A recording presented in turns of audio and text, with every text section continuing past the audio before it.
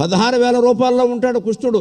ఓ చోట బాకీ వసూలు చేసుకుంటూ ఉంటాడు, ఓ చోట బాకీ ఇవ్వాలని ఏమనకాని బతిమాలుతూ ఉంటాడు, ఓ చోట పిల్లాడికి ఎక్కాలు చెబుతూ ఉంటాడు, ఇంకో చోట ఏమో మా పిల్లాడు ఫస్ట్ ర్యాంకు అని తీసుకుని సంతోషిస్తూ ఉంటాడు, ఓ చోట భార్యకి సేవ చేస్తూ ఉంటాడు, ఇంకో చోట భార్య చేత సేవ చేయించుకుంటాడు, ఓ చోట భార్యతో గొడవ పడుతూ ఉంటాడు, ఇంకో చోట భార్యను బతిమాలుతూ ఉంటాడు, బలరాముడితో కూర్చుని వేదశాస్త్రాల చర్చ చేస్తాడు. ఇలా 16,000 రూపాయల్లో నారదుడు చూసినటువంటి విషయాలని వ్యాసుడు 14 శ్లోకాల్లో వర్ణించాడండి. ఆ లెక్క ఏమిటి? 14 లోకాల్లో ఎక్కడ ఎవరు ఏ గృహస్థు ఏ పని చేసినా అవి శ్రీమన్నారాయణమూర్తి చేసినవే అని గమనించండి. దీని రహస్యం ఇదే.